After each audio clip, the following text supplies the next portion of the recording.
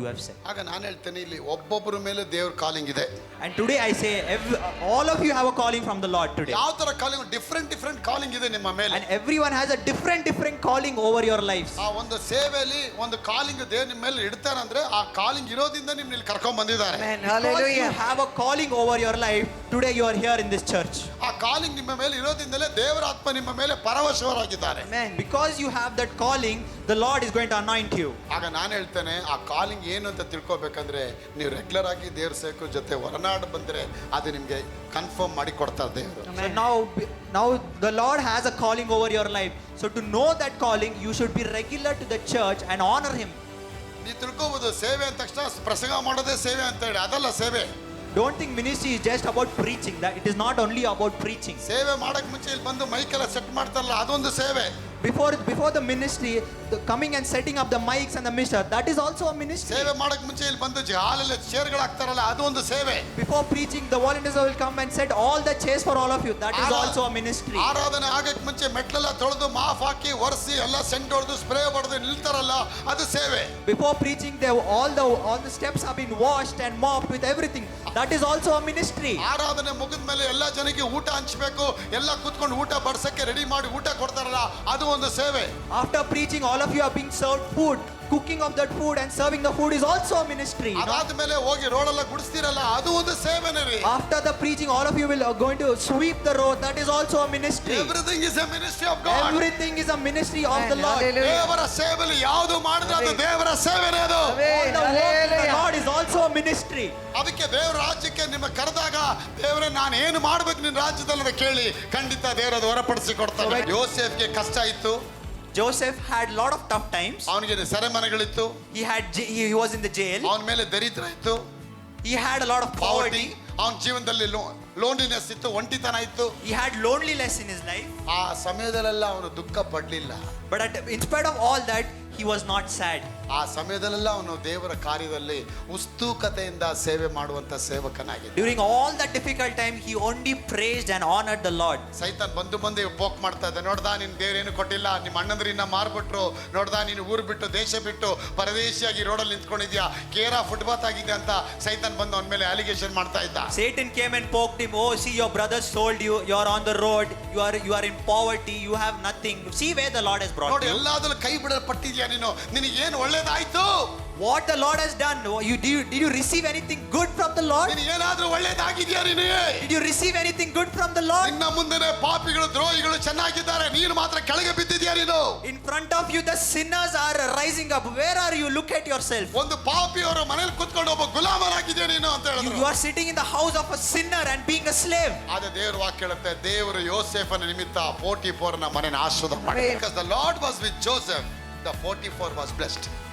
The Lord was with Joseph, and through Joseph Potiphar was blessed. ಯಾಕಂದ್ರೆ ಅವನ ಮೇಲೆ ವಸ್ತುಗಳಿರಲಿಲ್ಲ, ಅವನ ಮೇಲೆ ಆಶೀರ್ವಾದ ಇತ್ತು. He did not have anything, but only had the blessing of the Lord in his life.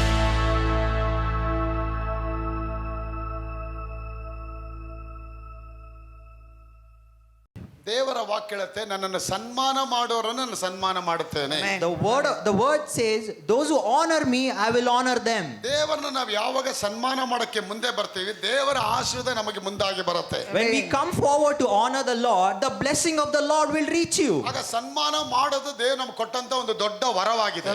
When we honor, that is the gift from God. ಒಂದು ಚಿಕ್ಕ ಮಕ್ಕಳು ಒಂದು ವಯಸ್ಸಾದ ತಾತನಿಗೆ ನಮಸ್ಕಾರ ಮಾಡಬೇಕಾದ್ರೆ ಆ ತಾತನಿಂದ ಒಂದು ಆಶೀರ್ವಾದ ಬರುತ್ತೆ. When a small kid is greeting a grandfather, that grandfather is going to bless that child. ಆ ತಂದೆ ಏನ್ ಮಾಡ್ತಾರೆ, ವಯಸ್ಸಾದ ತಂದೆ, ಮಗ ನಿನಗೆ ದೇವ್ರು 100 ವರ್ಷ ಚೆನ್ನಾಗಿಡ್ಲಪ್ಪ ಅಂತ ಹೇಳ್ತಾರೆ. That father says to the child, you may live 100 years, son. ಯಾಕಂದ್ರೆ ಒಂದು ದೊಡ್ಡವರಿಗೆ ನಾವು ಆ ಗೌರವ ಕೊಟ್ಟಾಗ ಆ ಗೌರವ ತಗೊಂಡ ವ್ಯಕ್ತಿಯಿಂದ ನಮಗೊಂದು ಆಶೀರ್ವಾದ ಬರುತ್ತೆ. When you honor that elder person will bless you. ಹೌದು, ವಯಸ್ಸಾದ ವ್ಯಕ್ತಿ ಹತ್ರ ಇಷ್ಟು ದೊಡ್ಡ ಆಶೀರ್ವಾದ ಇರೋದಾದ್ರೆ ದೇವರ ಹತ್ರ ಎಷ್ಟು ದೊಡ್ಡ ಆಶೀರ್ವಾದ ಇರಬಹುದು. Hallelujah. When you receive a blessing from an elderly person, imagine what kind of a blessing you will get when you honor the Lord. ಆಗ ದೇವಾದಿ ದೇವರು ರಾಜಾದಿ ರಾಜನಾಗಿರೋ ಕರ್ತನನ್ನು ಸನ್ಮಾನ ಮಾಡಬೇಕಾದ್ರೆ ಅದು ಇಡೀ ಪ್ರಪಂಚದಲ್ಲಿ ಒಂದು ಶ್ರೇಷ್ಠವಾದ ಭಾಗ್ಯ ಅದು ನಿಮಗೆ. Amen. Hallelujah. When you honor the Lord of Lords and the King of Kings, the blessing will follow all the days of your life. ಅದಕ್ಕೆ ಇವತ್ತು ನಾವು ಎಷ್ಟು ಸನ್ಮಾನ ಮಾಡ್ತೇವೆ ದೇವ್ರ ಮಕ್ಕಳು, ಅವರೆಲ್ಲ ಮೇಲೆ ಮೇಲೆನೆ ಹೋಗಿದ್ದಾರೆ. So how much ever you honor the Lord, you will keep going up in the blessing of the Lord. ಒಂದು ಉದಾಹರಣೆ ತೆಗೆದುಕೊಳ್ಳೋದಾದ್ರೆ ಒಬ್ಬ ದಾವಿದನ ತೆಗೆದುಕೋಬಹುದು. ಒಬ್ಬ ಸಾಧಾರಣವಾದ ಒಬ್ಬ ಕುರಿಕಾಯವನು ಒಬ್ಬ ಅರಸನಾಗಿ ಬದಲಾಯಿಸಲ್ಪಟ್ಟ. If I take an example of David, a shepherd who honored the Lord, he received a lot of blessings in his life. ಅಂತಿಮದಲ್ಲಿ ದೇವರು ಆ ದಾವಿದನನ್ನು ಇಡೀ ದೇಶಕ್ಕೆ ಒಬ್ಬ ಅರಸನನ್ನಾಗಿ ಮಾಡಿಬಿಟ್ರು. So what God did, God made David the king of the David the king of the kingdoms because he honored the Lord. Israel ರಾಷ್ಟ್ರಕ್ಕೆ ಒಬ್ಬ ಅರಸನಾಗಿ ಮಾಡಿದ್ರು. God made him a king of Israel. 40 ವರ್ಷಗಳ ಕಾಲ ಆ ಸಿಂಹಾಸನದಲ್ಲಿ ದೇವರನ್ನು ಕೂಡಿಸಿದ್ರು. God made him sit for 40 years on the throne. ಒಂದು ದಿನ ಅವನು ಮಾಡಿದ ಆ ಒಂದು ಸನ್ಮಾನಕ್ಕೆ ದೇವರು ಕೊಟ್ಟಂತ ಪುರಸ್ಕಾರ ಅದು. Because he honored the Lord every day of his life, God gave him that position. ಆಗ ದಾವೀದ ತಿಳ್ಕೊಂಡ್ಬಿಟ್ಟ, ದೇವರನ್ನು ಎಷ್ಟು ಸನ್ಮಾನ ಮಾಡ್ತೀವಿ ಅಷ್ಟು ನಾವು ಮೇಲಕ್ಕೆ ಬರ್ತೀವಿ. So David came to know how much ever you honor the Lord, that many times you will come up in the Lord. ಆಗ ಈ ದೇವಾಲಯದಲ್ಲಿ ಬಂದಾಗ ನಾವು ಏನ್ ಟೀಚ್ ಮಾಡ್ತೀವಿ? ದೇವನ ಚೆನ್ನಾಗಿ ಘನಪಡಿಸು ಅಂತ ಹೇಳ್ತೀವಿ ನಾವು. So when you come into the church, what do you learn? You learn to honor the Lord. ಅದಕ್ಕೆ ವಾಕ್ಯ ಹೇಳುತ್ತೆ, ನಿನ್ನ ಬೆಳೆಯ ಪ್ರಥಮ ಫಲದಿಂದಲೂ ನಿನ್ನ ಎಲ್ಲ ಆದಾಯದಿಂದ ದೇವರನ್ನ ಸನ್ಮಾನ ಮಾಡು. Honor your God with all your first fruit and with all your income. ನಿನ್ನ ಎಲ್ಲ ಆದಾಯದಿಂದ ದೇವರನ್ನ ಸನ್ಮಾನ ಮಾಡನತ್ತೆ. So when you honor the Lord with whatever income you get and all the fruits that you give in your life. ಆಗ ನೋಡಿ ನಾವು ನೋಡ್ತೇವೆ, ದೇವರು ಹೇಳ್ತಾರೆ, ನಾನು ಯಾರು ಸನ್ಮಾನ ಮಾಡ್ತಾರೆ ನಾನು ಅವನ ಸನ್ಮಾನ ಮಾಡ್ತೀನಿ. The Lord says, those who honor me, I will honor them. ಆಗ ಹೇಗೆ ಸನ್ಮಾನ ಮಾಡ್ತೀರಾ? So how are you going to honor the Lord? ನೀವು ದೇವ್ರ ಕಣ್ಣು ಕಾಣ್ತಾ ಇಲ್ವಲ್ಲ. You're not being seen from the eyes of the Lord. God is an invisible God. God is invisible. He is in the spirit. How you can honor this invisible God? So how can you honor this invisible God? ದೇವರು ಅದೃಶ್ಯನಾಗಿದ್ದ ದೇವರನ್ನು ನೀವು ಹೇಗೆ ಸನ್ಮಾನ ಮಾಡಕ್ಕೆ ಸಾಧ್ಯ? How are you going to honor the Lord? Because he is in the spirit. He is invisible. ಆದ್ರೆ ದೇವರ ಸನ್ನಿಧಾನದಲ್ಲಿ ನಿಲ್ಲುವ ಸೇವಕನ ಮೇಲೆ ದೇವರ ಪ್ರತಿರೂಪ ಇದೆ. Hallelujah. But when you come under his anointing, you will honor him. ಒಬ್ಬ ಸೇವಕನ ನೀವು ಸನ್ಮಾನ ಮಾಡಬೇಕಾದ್ರೆ ನೀವು ಕರ್ತನ ಸೇವಕ ಸನ್ಮಾನ. Hallelujah. If you honor the man of God, you are honoring the Lord himself. ಆಗ ನಮ್ಮ ಜೀವನದಲ್ಲಿ ಮೊದಲು ಈ ವರ್ಷದಲ್ಲಿ ಏನ್ ತಿಳ್ಕೊಬೇಕಂದ್ರೆ, this is a year of honouring God. ದೇವರನ್ನ ಸನ್ಮಾನ ಮಾಡತಕ್ಕ ವರ್ಷ ಇದು. So what you should know, when you come in this year is the year of honoring the Lord. ಎಲ್ಲಾ ವಿಷಯದಲ್ಲಿ ನೀವು ಸನ್ಮಾನ ಮಾಡಬೇಕು ನೀವು ದೇವರನ್ನ. In every aspect of your life, you should honor the Lord. ಸನ್ಮಾನ ಅನ್ನೋದು ಅದು ದೊಡ್ಡ ವಿಶೇಷವಾದ ಒಂದು ವರ ಮಕ್ಕಳೇ. Amen. Honoring is a great gift from the Lord. ಕರ್ತನಿಗೆ ನೀವು ಘನ ಪಡಿಸ್ತಿದ್ದೀರಾ ಇವತ್ತು? Today are you honoring the Lord? ಅಥವಾ ಡಿಸಾನರ್ ಮಾಡ್ತಾ ಇದ್ದೀರಾ? Or are you dishonoring the Lord? ಇಲ್ಲ ಮುರುಗುಟ್ತಾ ಇದ್ದೀರಾ? Or are you grumbling? ಇಲ್ಲ ದೇವರ ಸನ್ನಿಧಾನದಲ್ಲಿ ನಾನು ಏನು ಆಗಿಲ್ಲ ಅಂತ ಹೇಳಿ ದೇವರ ಮೇಲೆ ಬೇಸರಗೊಂಡಿದ್ದೀರಾ?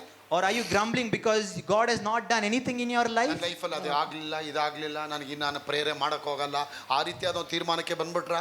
Or did you come to a state that, oh, I give up on the Lord, God has not done anything, I prayed, but what has God done in my life? ಆಗ ದೇವ್ರು ನಿನ್ನ ಯಾಲಕ್ಕೆ ಯಾಕೆ ಕರ್ಕೊಂಡ್ ಬಂದಿದ್ದಾರೆ ಅಂದ್ರೆ, ನೀನು ಎಷ್ಟರ ಮಟ್ಟಿಗೆ ನನ್ನ ಸನ್ಮಾನ ಮಾಡ್ತೀಯ ಅನ್ನೋದನ್ನ ನಿನ್ನ ಗೇಜ್ ಮಾಡಿ ನೋಡ್ತಾರೆ ದೇವರಲ್ಲಿ. So why did God bring you to the church? Because God wants to see the way you honor him. ನೀನು ಆ ಸನ್ಮಾನ ಮಾಡೋದಕ್ಕೆ ಈ ಪೋಸ್ಟಲ್ಲಿ ಕೂತ್ಕೊಂಡಿದ್ಯಾ ನೀನು. Because you are sitting here because you have to honor the Lord. ನೋಡಿ, ಕರ್ನಾಟಕದ chief ಮಿನಿಸ್ಟರ್ನ ಇಡೀ ಜನ ಓಟ್ ಹಾಕಿ ಅವನ್ನ ಗೆಲ್ಲಿಸಿ ಆ ಸ್ಥಳದಲ್ಲಿ ಕೂಡಿಸಿದ್ದಾರೆ. ಯಾಕೆ? Today people have voted for the chief minister and made him in that position. Why? ಯಾಕೆ ಆ ಸ್ಥಳದಲ್ಲಿ ಅವನ ಜನ ಪ್ರಜೆಗಳು ಕೂಡಿಸಿದ್ದಾರೆ?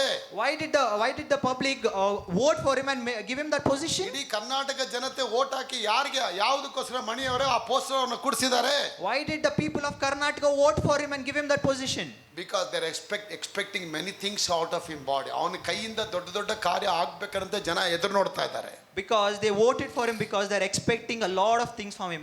They want the benefits from him. ಒಬ್ಬ ಸಿಎಂ ಅಲ್ಲಿ ಕೂತಿದ್ದಾರೆ ಅಂದ್ರೆ he is a responsible holder. ಅವನು ಯಾವುದೋ ಒಂದು ಜವಾಬ್ದಾರಿಯಲ್ಲಿ ಕೂತಿದ್ದಾನೆ ಅವನು. When he's sitting there, he holds a responsibility. He has an authority over you. So that's why. ದೇವಲ್ಲ ಅವನ ಕೈಯಲ್ಲಿ ಏನೆಲ್ಲ ಸರ್ಕಾರದ ಹಣ ಬರುತ್ತೆ ಅದೆಲ್ಲ ತೆಗೆದು ಅವನು ಗ್ರಾಂಟ್ ಮಾಡಿ ಜನನ ಸ್ಟೇಟ್ನ ಏರಿಯಾಗಳ ಮೆಚ್ಚಿಸಬೇಕು, ಆ ಕಾರ್ಯವನ್ನು ಮಾಡಿ ಅವನ ಸನ್ಮಾನ ಮಾಡ್ತಾನೆ. So whatever income he gets from the state, he has to use it for the people, for their benefits, for their comfort. ಆದ್ರೆ ಅದನ್ನ ತನ್ನ ಜೋಬಲ್ಲಿ ಹಾಕೊಂಡ್ಬಿಟ್ಟು ತಾನು ಮಜಾ ಮಾಡ್ಕೊಂಡು ನಾನು ಹಿಂಗೋ ಹೋಗ್ಬಿಡ್ತೀನಿ ಅಂತ ಹೇಳಿ ಅವನು ಹೋಗಕ್ಕಾಗೋದಿಲ್ಲ. He can't take that money, put it in his pocket and go have a lead a jolly life. He can't do that. ನೀವು ಕೊಡೋದೆಲ್ಲ ಹಣಕಾಸು ಏನ್ ಮಾಡ್ತಿದ್ದೀವಿ ನಾವು ಈ ಸಭೆನ ಅಭಿವೃದ್ಧಿ ಮಾಡ್ತಾ ಇದ್ದೀವಿ. So whatever offering you're giving to the Lord, you're getting back that in return. ಎಲ್ಲಾ ಆಶೀರ್ವಾದ ನಿಮ್ಮ ಮನೆಗಳ ಮೇಲೆ ಬರಬೇಕು All the ಇಷ್ಟಪಡ್ತಾರೆ. blessings shall come all the days of your life. In your ಎಲ್ಲಾ days. ಕಡೆಗಳಲ್ಲಿ ಆಶೀರ್ವಾದ ತುಂಬಿ ತುಂಬಿ ನೋಡೋ ಹಾಗೆ ದೇವರು You ಮಾಡ್ತೀನಿ shall ಅಂತಾರೆ. see the blessing of the Lord all the days of your life. ಇದುವರೆಗೆ ಯಾವ್ದೆಲ್ಲ ನೀವು ಕಾಣ್ಲಿಲ್ಲ ನೋಡಕ್ ಆಗ್ಲಿಲ್ಲ ಅಂತಾರೆ ಅದನ್ನೆಲ್ಲ ನೋಡೋ ಹಾಗೆ ದೇವರು ಕಾರ್ಯ ಮಾಡ್ತಾರೆ. And today whatever you have not received in your life, today you are going to receive it from the Lord. ಯಾವ್ದೆಲ್ಲ ನಿಮ್ ಕೈಯಲ್ಲಿ ಅಸಾಧ್ಯ ಅಂತ ಹೇಳಿದ್ರೆ nothing is impossible to God. Whatever you have told that is impossible, but God is going to make it possible. But the only thing God is engaging you, ನಿನ್ನ ಜೀವನದಲ್ಲಿ ನಿನ್ನ ಕೈಗಳು ಕರ್ತನ ಹೇಗೆ ಸನ್ಮಾನ ಮಾಡುತ್ತೆ ಅಂತ ದೇವರು ನೋಡ್ತಾ ಇದ್ದಾರೆ. But today God is seeing how are you going to honor the Lord with your hands. ಒಂದು ಒಳ್ಳೆ ಕೈಗಳಲ್ಲೆಲ್ಲ ಸನ್ಮಾನ ದೇವರಿಂದ ಒಳ್ಳೆತನಗಳ ಹೊಂದ್ಕೊಂಡು ಆಯ್ತು ನಾವು. We have taken all the good things that the Lord has given us to our hands. ದೇವರೆಲ್ಲ ನಿನ್ನ ಕೈಯಲ್ಲಿ ಕೊಟ್ಟಾಯ್ತು blessing ಇವಾಗ. God has given all the blessings in your hand. ಎಲ್ಲ ಕೊಟ್ಟಾದ್ಮೇಲೆ ನನಗೆ ನೀ ಏನ್ ಕೊಡ್ತೀಯ ಅಂತ ದೇವರು ನೋಡ್ತಾರೆ. Amen. God has Hallelujah. given everything, but God is seeing what are you going to give me. ಹೇಗೆ ಒಂದು ತಂದೆ ಮಗಳಿಗೆ ಎಲ್ಲ ಚಾಕ್ಲೇಟ್ಸ್ ತಂದು ಕೊಟ್ಬಿಡ್ತಾರೆ. ಆ ಮಗು ಒಂದೇ ಒಂದು ಚಾಕ್ಲೇಟ್ ತಂದು ಪಾಪ ನೀ ತಿನ್ನು ಅಂತೇಳಿ ಆ ನಾಲ್ಗೆ ಮುಟ್ಸತ್ತಲ್ಲ ಅವ್ನಿಗೆ ಅಲ್ಲೇ ಖುಷಿ ಆಗ್ಬಿಡುತ್ತೆ ನೋಡಿ ಅವರಿಗೆ. So when the father comes and gets a lot of chocolates to his daughter, but when the daughter picks up one chocolate and gives it to his father, the father is mesmerized with that child. ಒಂದು chocolate ಅಲ್ಲಿ ಅದೊಂದು pinch ಮಾಡಿ ಇಷ್ಟೇ ಬಾಯಿಗೆ ಹಾಕತ್ತೆ ನೋಡಿ ಅದು ಅಪ್ಪನ ಬಾಯಿಗೆ. The daughter takes one small piece of the chocolate and gives it to her father. ಅದು ಏನು ಆನೆಗೆ ಹಲ್ವಾ ಹಾಕ್ದಂಗೆ ಇರ್ತದೆ ಆ ಬಾಯಿಗೆ ಅವನಿಗೆ. That is like a small halwa to the elephant. ಒಂದು ಆನೆಗೆ ಹಲ್ವಾ ಹಾಕ್ದಂಗೆ ಅದು ಹಲ್ವಾ ತಿಂದಂಗೆ ಆಯ್ತದ ಆನೆಗೆ. That's a small piece. It's just like a small peanut to the elephant, you know. ಪೆಪ್ಪ ಇದು ನಿಮಗೆ ಪೆಪ್ಪ ಅಂತ ಚಿಕ್ಕನ್ನ ತಂದು ಬಾಯಿಗೆ ಹಾಕಿದ ಅಯ್ಯೋ ಅಯ್ಯೋ ನನ್ನ ಚಿನ್ನ ನನ್ನ ಮುನ್ನ ಅಯ್ಯೋ ಎತ್ಕೊಂಡ್ಬಿಟ್ಟು ಏನು ಕುಂಜೋದೇನು ಖುಷಿ ಪಡೋದೇನು ಅಬ್ಬಾ ಬಾಬಾ ಬಾಬಾ. Oh, your daddy, this is a small chocolate. Oh, you take this is for you. And the father is so loved with that, you know. ಆ ಫೋನಲ್ಲಿ ಏನು ಎಲ್ಲರೂ ಅಯ್ಯೋ ನಮ್ಮ ಪಾಪು ನನ್ನ ಚಾಕ್ಲೇಟ್ ಬಾಯಿಗೆ ಹಾಕ್ಬಿಡ್ತು ಗೊತ್ತಾ ನಿಮಗೆ ಅಂತ ಒಂದು ಎಕ್ಸೈಟ್ಮೆಂಟ್ ನೋಡಿ ಅವನಿಗೆ. And the father shows, oh, you see, my daughter has given this small chocolate. ದೇವ್ರಿಗೆ ಸ್ತೋತ್ರ. ನನ್ನ ಪ್ರಿಯ ಮಕ್ಕಳೇ, ಕರ್ತ ನಿಮ್ಗೆಲ್ಲ ಕೊಟ್ಟ ಮೇಲೆ ದೇವರಿಗೆ ನೀವು ಏನು ಕೊಡ್ತೀರಾ? Hallelujah. Dear children, God has given everything to you. Amen. But what have you given to the Lord? ನೀವು ದೇವ್ರಿಗೆ ಏನು ಕೊಡ್ತೀರಾ? ದೇವ್ರು ಅದನ್ನ ನೋಡ್ತಾ ಇದ್ದಾರೆ ಇವತ್ತು. God sees what are you going to give him. ಅಪ್ಪನ ಏನು ತರ್ತಾ ಇದ್ದೀರಾ? ದೇವ್ರು is just sitting here and waiting for A child. The Lord is sitting and waiting. Oh, what is my child going to give me? ನನ್ನ ಮಗು ಏನು ತಂದು ಕೊಡತ್ತೆ? What has my child got for me? 3 ಹೆಣ್ಣು ಮಕ್ಕಳಿಗೆ birthday ಇವತ್ತು. Today 3 daughters' birthday. Birthday ದಿನ ಅಮ್ಮಂದು birthday. And it's a mother's birthday also. with ದೊಡ್ಡ them. ಮಗಳು ಏನು ಮಾಡಿದ್ಲು ಅಮ್ಮನಿಗೆ ದೊಡ್ಡ ಹೂವಿನ ಬೊಕ್ಕೆನ ತಂದ mummy I love you so much ಅದಕ್ಕೆ ಸಲ ಕೊಟ್ಟು ಆ ಬೊಕ್ಕೆ ಕೊಡ್ತಾನೆ ನೋಡಿ. So what did the daughter do? She got a big bouquet of flowers and she gave it to her mother and gave one kiss. Mwah. Chumma.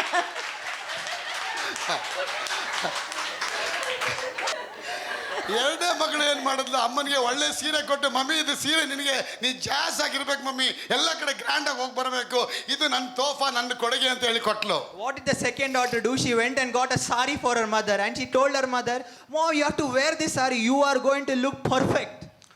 ಮೂರನೇ ಮಗಳ ಕೈಲಿ ಏನು ಇರಲಿಲ್ಲ. The third daughter did not have anything. ಅವಳು ಏನು ಮಾಡಿದ್ಲು ಅಮ್ಮ ಕೂತಿದ್ಲು ಒಳಗಡೆ ಹೋಗಿ ಅಡುಗೆ ಮನೆಗೆ ಹೋಗಿ ಒಂದು ದೊಡ್ಡ ತಟ್ಟೆ ಎತ್ಕೊಂಬಂತು.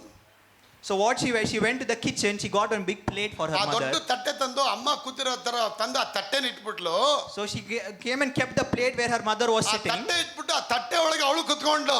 So she sat on that plate where she kept it. ಕೂತ್ಕೊಂಡ್ಬಿಟ್ಟು ಮಮ್ಮಿ ನನ್ನ ಹತ್ರ ಏನಿಲ್ಲ ಆದ್ರೆ ನಂದೆಲ್ಲ ನಿನಗೆ ಮಮ್ಮಿ ಎಲ್ಲ ನಿನಗೆ ಸರ್ವಿಸ್ ಕೊಡ್ತೀನಿ ಮಮ್ಮಿ ಅಂತ. She came and sat and said, Hallelujah. Mom, I don't have anything, but I give everything. I give myself to you.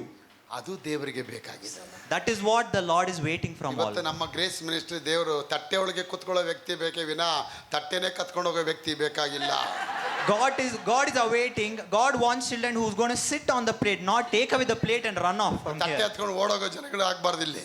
You should not become a person who takes the plate and runs off. Surrendering everything surrendering unconditionally in the presence of god. You should surrender everything in the presence of the Lord today. Unconditionally ಅಂದ್ರೆ ಯಾವ್ದು ನಿರ್ಬಂಧಗಳಿದೆ James ಅವರೇ ಅಪ್ಪನಿಗೆ ಸಮರ್ಪಣೆ ಕೊಟ್ಬಿಡೋದೇ ದೇವರಿಗೆ ಆಶೀರ್ವಾದ. Hallelujah. Whatever problems you have, you come to the Lord and surrender yourself. ನಾನು ಕೆಲ್ಸಕ್ಕೆ ಹೋಗ್ಬೇಕಾದ್ರೆ ನನಗೆ ಹುಡುಗರೆಲ್ಲ ಹೇಳೋರು, ನೋಡು ಬ್ರದರ್, ನೀವು 6 ಗಂಟೆಗೆಲ್ಲ ಕೆಲಸದ ಬಂದ್ಬಿಡ್ತೀರಾ, 6 ಗಂಟೆ ಬಂದಮೇಲೆ ಏನು ಮಾಡ್ತೀರಾ, ನಾನು ಕ್ರಿಕೆಟ್ ಆಡೋಕೆ ಹೋಗ್ತೀನಿ ಅಂದೆ. ಅದೆಲ್ಲ ಆಡಬಾರ್ದು, ನೀವು ಒಂದು 2 ಅವರ್ ಸೇವೆಗೆ ಬರಬೇಕು ಅಂತಂದರು. ಸರಿ ಆಯ್ತು, 2 ಅವರ್ ತಾನೇ, 2 ಅವರ್ ಸೇವೆಗೆ ಹೋದೆ. So when I was working, the boys told, "What time do you come?" "No, you should come at this time. You should come at this hour. But after this, I shall go play cricket." ಆಮೇಲೆ OT ಬರ್ತಾ ಇತ್ತು, extra ಡ್ಯೂಟಿಗೆ ಬರೋದು. 6 ಗಂಟೆ ಆದಮೇಲೆ ಕೆಲಸಕ್ಕೆ ಹೋಗ್ತಾ ಇದೆ. So sometimes I used to get OT. I used to get overtime. So that time I used to go for that work. ಕೊನೆಗೆ ಓವರ್ ಟೈಮ್ ಬಿಟ್ಬಿಟ್ಟೆ. ಅದು ಬಿಟ್ಬಿಟ್ಟು ಮತ್ತೆ ಸೇವೆಯಲ್ಲಿ ಎವಾಂಜಲಿಸ್ಟ್ ಕೆಲಸಕ್ಕೆ ಹೋಗ್ತಾ ಇದ್ದೆ ಸಾಯಂಕಾಲ ಹೊತ್ತು. So sometimes now I left that overtime. Now I started with the ministry. ಬೆಳಗ್ಗೆ ಹೋಗಿ ಸಾಯಂಕಾಲಕ್ಕೆ ಬಂದು ಮತ್ತೆ ಎಲ್ಲ ಕೆಲಸಕ್ಕೆ ಹೋಗ್ಬಿಡ್ತಾ ಇದೆ. So when I used to come back home in the evening and I used to go for work. ಆಮೇಲೆ ಆಮೇಲೆ ಏನಾಯ್ತು, ನನ್ನೊಳಗೆ ದಾಹ ಜಾಸ್ತಿ ಆಗ್ತಾ ಬಂತು. Amen. After that in the evening I started becoming thirsty for the Lord. 6 ಗಂಟೆಗೆ ಕೆಲಸ ಬಿಡೋದಕ್ಕೆ ಒಳಗೆ ಏನು ಮಾಡಿದೆ, ಸುಳ್ಳು ಹೇಳ್ಬಿಟ್ಟು, ಸರ್ ಇವತ್ತು ಒಂದು ಕೆಲಸ ಇದೆ, ಒಂದು ಫಂಕ್ಷನ್ ಇದೆ, 4 ಗಂಟೆಗೆ ಹೋಗ್ಬೇಕಂತ ಹೇಳಿ 4 ಗಂಟೆಗೆ ಮಾಡಿ 2 ಅವರ್ ಬೇಗ ಬರ್ತಾ ಇದ್ದೆ ಸೇವೆಗೆ.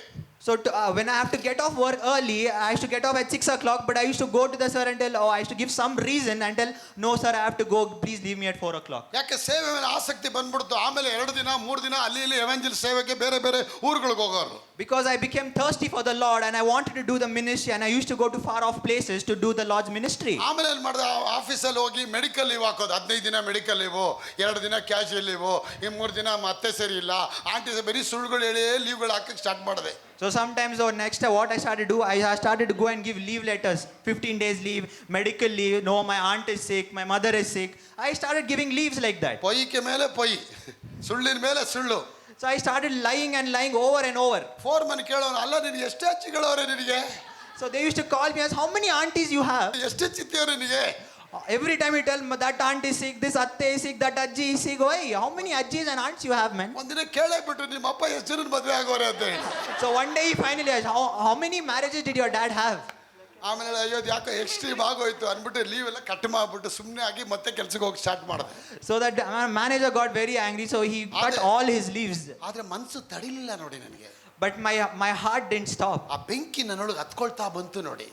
The fire was still there for the Lord. ಮೊದಲು ಹಣ ಸಾಕು, ಹಣ ಸಂಪಾದನೆ ಮಾಡಬೇಕು, OT ಮಾಡಬೇಕು, ಡ್ಯೂಟಿ ಮಾಡಬೇಕು, ಎಕ್ಸ್ಟ್ರಾ ಕೆಲಸಕ್ಕೆ ಹೋಗ್ಬೇಕು, ಅಲ್ಲಿ ಹಣ ಸಂಪಾದನೆ, ಹಿಂಗೆ ಸಂಪಾದನೆ ಸೇರಿಸಿ ಜಕಾಯ ಥರ ಕೂತ್ಕೊಳ್ತಾ ಇದ್ದೆ ನೋಡಿ ನಾನು. So when I used to work overtime, all the money that I used to get, I used to save it. ನನ್ನ ಪ್ರಿಯ ಮಕ್ಕಳು, ಒಂದು ದಿನ ಬಂತು, ದೇವ್ರು ನನ್ನ ಹತ್ರ ಮಾತಾಡ್ದ. ಸುಮ್ಮನೆ OT ಡ್ಯೂಟಿ ಅಂದ್ಕೊಂಡು ಹೇಳ್ಕೊಂಡು ಸುಳ್ಳು ಹೇಳ್ಕೊಂಡು ಎಷ್ಟು ದಿನ ನೀ ಮಾಡ್ತೀಯ, ಸುಮ್ಮನೆ ಒಳ್ಳೆ ವರ ಕೊಡೋದ, ಸೀದಾ ಬಂದ್ಬಿಡ್ಬಾರ್ದ, ಎಲ್ಲ ಬಿಟ್ಟು ನನ್ನ ಹತ್ರ ಬರಬಾರ್ದ ಇರತ್ತೆ. ದೇವ್ರು ಮಾತಾಡ್ತಾರೆ, ಫ್ರೆಂಡಾಗಿ ಮಾತಾಡ್ತಾರೆ ಅವ್ರು ನನ್ನ ಹತ್ರ. So one day the Lord spoke to me and said, "Why are you doing this OT? Why are you giving this leave? Why didn't you just resign and come?" ಸೇವನೆ ಮಾಡೋದುಂಟು, ಆ 70 ಸುಳ್ಳು ಬೇರೆ ಕೇಳ್ತೇನೆ ನೀನು. You have a ministry. I have kept a ministry for you. Why do you have to lie to him? Just resign and come off. No, I do my ministry. ದೇವರು ಸತ್ಯಪರನಾದ ದೇವ್ರು ಅಂತ ಹೋಗಿ ಪ್ರಸಂಗ ಮಾಡ್ತಾ ಇದ್ದಿ, ಇಲ್ಲಿ ನೋಡಿದ್ರೆ ನಿನ್ನ ಅಜ್ಜಿ ಸರಿ ಇಲ್ಲ, ಇವ್ರು ಸರಿ ಇಲ್ಲ ಅಂತೇಳಿ ಸುಳ್ಳು ಹೇಳಿ ನನಗೆ ಯಾಕೆ ಅವಮಾನ ಬರ್ತೀಯ ಅಂತ ದೇವ್ರು ಹೇಳ್ತಾರೆ. I have such a big ministry for you. Why are you going and giving leave letters telling, "Oh, my aunt is sick, my ajji is sick"? Why are you doing all that? ನನಗೆ ದೇವ್ರು ಹೇಳಿದ್ರು, ನನ್ನ ಜೊತೆ ಬಾ, ನಾನು ಸೇವೆ ಮಾಡು, ನಾನು ಆಶೀರ್ವಾದ ಮಾಡ್ತೀನಿ, ನಿನ್ನ ಕರೆದಿದ್ದೀನಿ ನನ್ನ ಸೇವೆಗೆ ಅಂತ ದೇವ್ರು ನನ್ನ ಹತ್ರ ಮಾತಾಡಕ್ಕೆ ಸ್ಟಾರ್ಟ್ ಮಾಡಿದ್ರು. The Lord said, "Come, leave that job. I have a ministry for you. I have a blessing for you.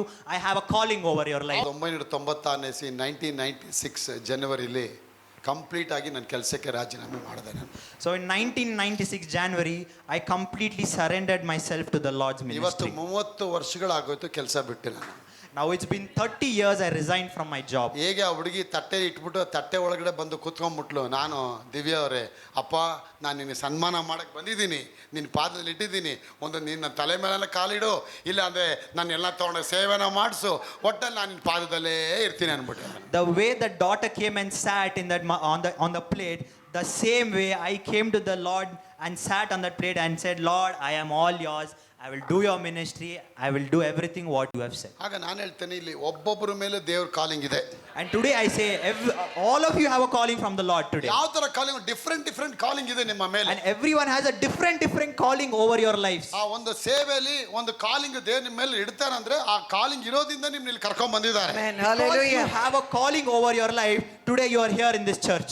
ಆ ಕಾಲಿಂಗ್ ನಿಮ್ಮ ಮೇಲೆ ಇರೋದ್ರಿಂದಲೇ ದೇವರ ಆತ್ಮ ನಿಮ್ಮ ಮೇಲೆ ಪರವಶರಾಗಿದ್ದಾರೆ. Amen. Because you have that calling, the Lord is going to anoint you. ಆಗ ನಾನು ಹೇಳ್ತೇನೆ ಆ ಕಾಲಿಂಗ್ ಏನು ಅಂತ ತಿಳ್ಕೊಬೇಕಂದ್ರೆ ನೀವು ರೆಗ್ಯುಲರ್ ಆಗಿ ದೇವ್ರ ಸೇವಕರ ಜೊತೆ ಹೊರನಾಡು ಬಂದರೆ ಅದು ನಿಮಗೆ ಕನ್ಫರ್ಮ್ ಮಾಡಿ ಕೊಡ್ತಾರೆ ದೇವರು. So now the Lord has a calling over your life. So to know that calling, you should be regular to the church and honor him. ನೀವು ತಿಳ್ಕೊಬೋದು ಸೇವೆ ಅಂದ ತಕ್ಷಣ ಪ್ರಸಂಗ ಮಾಡೋದೇ ಸೇವೆ ಅಂತ ಹೇಳಿ, ಅದಲ್ಲ ಸೇವೆ. Don't think ministry is just about preaching. That it is not only about preaching. ಸೇವೆ ಮಾಡಕ್ ಮುಂಚೆ ಇಲ್ಲಿ ಬಂದು ಮೈಕೆಲ್ಲ ಸೆಟ್ ಮಾಡ್ತಾರಲ್ಲ, ಅದೊಂದು ಸೇವೆ. Before the ministry, the coming and setting up the mics and the minister, that is also a ministry. ಸೇವೆ ಮಾಡಕ್ ಮುಂಚೆ ಇಲ್ಲಿ ಬಂದು ಹಾಲಲ್ಲಿ ಚೇರ್ಗಳು ಹಾಕ್ತಾರಲ್ಲ, ಅದು ಒಂದು ಸೇವೆ. Before preaching, the volunteers will come and set all the chairs for all of you. That is also a ministry. ಆರಾಧನೆ ಆಗಕ್ ಮುಂಚೆ ಮೆಟ್ಲೆಲ್ಲ ತೊಳೆದು ಮಾಫ್ ಹಾಕಿ ಒರೆಸಿ ಎಲ್ಲ ಸೆಂಟ್ ಹೊಡೆದು ಸ್ಪ್ರೇ ಹೊಡೆದು ನಿಲ್ತಾರಲ್ಲ, ಅದು ಸೇವೆ. Before preaching, all the steps have been washed and mopped with everything. That is also a ministry. ಆರಾಧನೆ ಮುಗಿದ ಮೇಲೆ ಎಲ್ಲ ಜನಕ್ಕೆ ಊಟ ಹಂಚಬೇಕು, ಎಲ್ಲ ಕೂತ್ಕೊಂಡು ಊಟ ಬಡ್ಸಕ್ಕೆ ರೆಡಿ ಮಾಡಿ ಊಟ ಕೊಡ್ತಾರಲ್ಲ, ಅದು ಒಂದು ಸೇವೆ. After preaching, all of you are being served food. Cooking of that food and serving the food is also a ministry. ಅದಾದ್ಮೇಲೆ ಹೋಗಿ ರೋಡ್ ಎಲ್ಲ ಗುಡಿಸ್ತೀರಲ್ಲ, ಅದು ಒಂದು ಸೇವೆನೇ ರೀ. After the preaching, all of you will going to sweep the road. That is also a ministry. Everything is a ministry of God. Everything is a ministry of the Lord. ದೇವರ ಸೇವೆಯಲ್ಲಿ ಯಾವುದು ಮಾಡಿದ್ರೆ ಅದು ದೇವರ ಸೇವೆನೇ ಅದು. All the work in the Lord is also a ministry. ಅದಕ್ಕೆ ದೇವರ ರಾಜ್ಯಕ್ಕೆ ನಿಮ್ಮ ಕರೆದಾಗ, ದೇವರೇ ನಾನು ಏನು ಮಾಡ್ಬೇಕು ನಿನ್ನ ರಾಜ್ಯದಲ್ಲಿ ಕೇಳಿ, ಖಂಡಿತ ದೇವರದು ಹೊರಪಡಿಸಿ So ಕೊಡ್ತಾನೆ. when you are in the kingdom of the Lord, ask the Lord what your calling is. ಆಗ ದೇವರ ಸೇವೆನ ಮಾಡೋಕ್ಕೆ ಮುಂಚೆ ದೇವರು ಮುಖ್ಯವಾಗಿ ನೋಡೋದು ನಿಮ್ಮ ಹೃದಯ ದೇವರನ್ನ ಮೆಚ್ಕೊಂಡು ಬರ್ತಾ ಇದೆ ಅನ್ನೋದೇ ನೋಡ್ತಾರೆ. So before serving the Lord, you need to know what the Lord has kept in your heart. God wants to see whether you take delight in the work of the Lord. God wants to see if you have that zeal where you want to work for the ministry. ಆ delight ಇರ್ಬೇಕು ನಿಮ್ಗೆ. ದೇವರ ಸನ್ನಿಧಾನದಲ್ಲಿ ನಾವು ಹೋಗ್ಬೇಕು, ಖುಷಿಯಾಗಿ ಹೋಗ್ಬೇಕು, ಅದೆಲ್ಲ ಮಾಡಬೇಕು. ಆ ಮುಖದಲ್ಲಿ ಸಂತೋಷ ಉತ್ಸುಕತೆ ಬಂದ್ಬಿಡುತ್ತೆ. You need to have that excitement. Oh, I've come to the ministry. Oh, I have to do some work for the Lord. ನಾವು ಸಭೆಗೆಲ್ಲ ಹೋಗ್ಬೇಕಾದ್ರೆ ಚರ್ಚ್ ಆರಾಧನೆ ಮುಗಿದ್ರೆ ಮನೆಗೆ ಹೋಗ್ತಿರ್ಲಿಲ್ಲ ನೋಡಿ.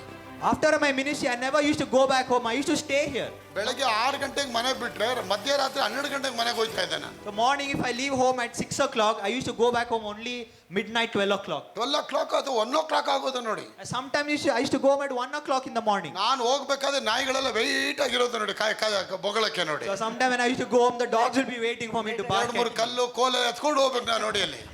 I have to carry some public weapons like some stick and some stone to drive away the dogs. ನಮ್ಮ ತಾಯಿ ಹೇಳೋರು 9 ಗಂಟೆಗೆ ಹೋಗ್ಬಿಟ್ಟು ಕರೆಕ್ಟಾಗಿ 6 ಗಂಟೆಗೆ ಬಂದು ಇಡ್ಲಿ ತಿನ್ಬಿಟ್ಟು ಮನೇಲಿ ಮಲಗ್ತಾ ಇದ್ದೆ.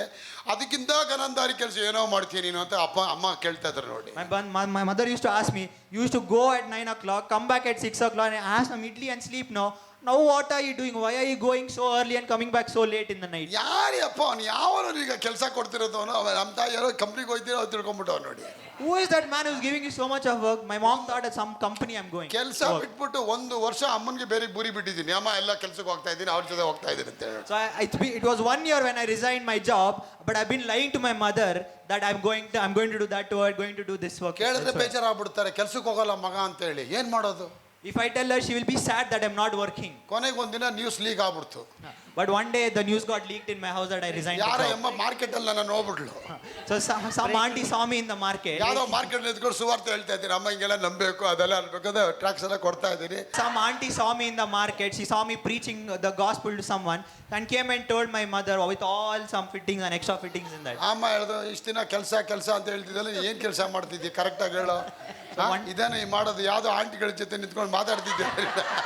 So one day my mother asked me, you are telling no what work you're doing? What work you're doing? You're going to the market and talking to all the aunties, is it? ಅವ್ರ ಜೊತೆ ನಿನ್ಗೇನು ಕೆಲಸ?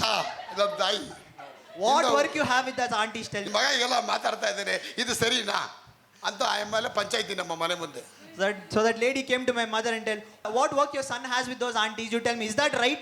ಕೊನೆಗೆ ಆಂಟಿನೆಲ್ಲ ಕರ್ಕೊಂಬಂದು ನಮ್ಮ ತಾಯಿ ಹತ್ರ ಒಪ್ಪಿಸಿ, ಏನಕ್ಕೆ ನಿಂತಿದೆ ಹೇಳಮ್ಮ ಅಂತ ಹೇಳಿದ್ಮೇಲೆ, ಇಲ್ಲಮ್ಮ ನಿಮ್ಮ ಮಗ ತುಂಬ ಒಳ್ಳೆಯವನು, ನಮಗೆಲ್ಲ ತೊಂದರೆ ಇತ್ತು, ಅವನೇ ಸುವಾರ್ತೆಯಲ್ಲಿ ಹೇಳಿ ನಮ್ಗೆ ಇವಾಗ ಚೆನ್ನಾಗಿದ್ದೀವಿ. ಓ ಇದು ಇಬ್ಡಿ ಕತೆ ಅಂತ ಅಮ್ಮ ಅವಾಗ ಹೇಳ್ತಾರೆ ನೋಡಿ. So one day all the aunties came in front of my house and told, no, your son is a very nice son. He shared the gospel. All my problems went away because of him. ನನ್ನ ಪ್ರಿಯ ಮಕ್ಕಳು, that was the pleasing god. ಆ ಹೃದಯ ಅಂತ ಒಂದು ಕುತೂಹಲ ದಾವುಳ್ಳ ಹೃದಯ ನಿಮ್ಗೆ ಇರಬೇಕು ಮಕ್ಕಳೇ. So you need to have that kind of a hunger and thirst to serve the Lord. ನಾನು ನೋಡ್ತೀನಿ ಕೆಲವು ಎಲ್ಲ ಚರ್ಚೆಗೆಲ್ಲ ಬರ್ತೀರಾ, ಒಬ್ರು ಆ ಕಡೆ ಹಂಗೆ ಬಂದು ಕೂತ್ಕೊಳ್ಳೋದು ನಾನು ನೋಡ್ತೀನಿ, ಮುಖದಲ್ಲೇ ಆ ಸಂತೋಷ ಚಿಲಿಮೆ ಇಲ್ಲ ನೋಡಿ. So I see some of you will come inside the church, you come with a dull face, you sit like this and say, oh, he came, Huh? oh, I did that. ಅಲ್ವಾ ಕೆಲವು ಬರ್ತೀರಾ ಹಂಗೆ ಡಲ್ಲ ಕುತ್ಕೊಂಡು ಅಲ್ಲೇ ಹಂಗೆ ನಿದ್ರೆ ತೂಕೋ I see some of Tungu you are munji. coming inside and sitting, you're so sleepy and you come and snore. ಇಲ್ಲಿ ಬಂದು ನಿದ್ರೆ ಮಾಡೋದು, You have a sleepy face when you come inside ಇಲ್ಲಿ the ಬಂದು church. ಯಾನಿಂಗ್ ಮಾಡೋದು, ಆಕಳ್ಸೋದು, You come and yawn in the church. ಇಲ್ಲಿ ಬಂದು ಗೊಣಗುಟ್ಟೋದು, ಅವರೆಲ್ಲ ಚೆನ್ನಾಗಿ ಇಕ್ಕಿದ್ದೀರಾ ನನ್ನ ಚೆನ್ನಾಗಿ ಇಕ್ಕಿಲ್ಲ ದೇವರು ಅಂತ. You come inside the church and grumble telling that, oh, the Lord has blessed them but not me. ನನಗೆ ಇನ್ನೂ ಕೊಟ್ಟಿಲ್ಲ ದೇವರು necklace. You see that auntie is wearing such a nice necklace, why is it not given to me? ಇದೆಲ್ಲ ನೋಡಿ reasoning ಮಾಡಿ ಕುತ್ಕೊಳ್ಳೋ ಸ್ಥಳ ಅಲ್ಲ ಇದು. Church is not a place where you reason. God has his own way to bless you people. God has his own way and own time to bless all of you. ದೇವರು ತನ್ನದೇ ಆದ ಒಂದು ಸಮಯ ನಿಮ್ಗೆ ಇಟ್ಟಿದ್ದಾರೆ ನಿಮ್ಮನ್ನ ಆಶೀರ್ವಾದ ಮಾಡಕ್ಕೆ. God has an anointed and appointed time to bless you. ಆ ಅಭಿಷೇಕದ ಆಶೀರ್ವಾದ ನಿಮ್ಮ ಮೇಲೆ ಬರಬೇಕಾದ್ರೆ ನಿಮ್ಮನ್ನ ಯಾರು ಆಶೀರ್ವಾದ ಹೊಡೆಯಕ್ಕಾಗಲ್ಲ. When the blessing of the anointing has come, no one can break your blessings. ದೇವರ ಆಶೀರ್ವಾದ ನಿಮ್ಮ ಮೇಲೆ ಬರಬೇಕಾದ್ರೆ ಅದು ದೊಡ್ಡ ಕಾರ್ಯ ಮಾಡುತ್ತೆ. When the blessing has come over you, God is going to do wonders in your life. ದೇವರು ನಿಮ್ಮನ್ನ ಮೇಲೆ ತರೋವರೆಗೂ ನೀವು ವೇಟ್ ಮಾಡಬೇಕು. Until the Lord brings you, you shall wait upon the Lord. ಸನ್ಮಾನ ಅನ್ಬೇಕಾದ್ರೆ ಅದಕ್ಕಿಂತ ದೊಡ್ಡ ಸನ್ಮಾನ ದೇವರದಿಂದ ಬರುತ್ತೆ ನಿಮಗೆ.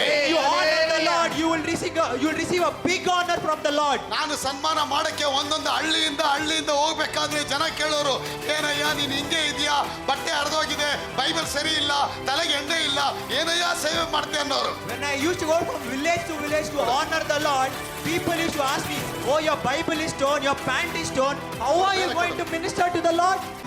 ನೀವು ದೇವರ ಸೇವೆ ಮಾಡಕ್ಕೆ ದಿನ ಆಯುಧ ಮಾಡಿದ್ರೆ your countdown will begin now.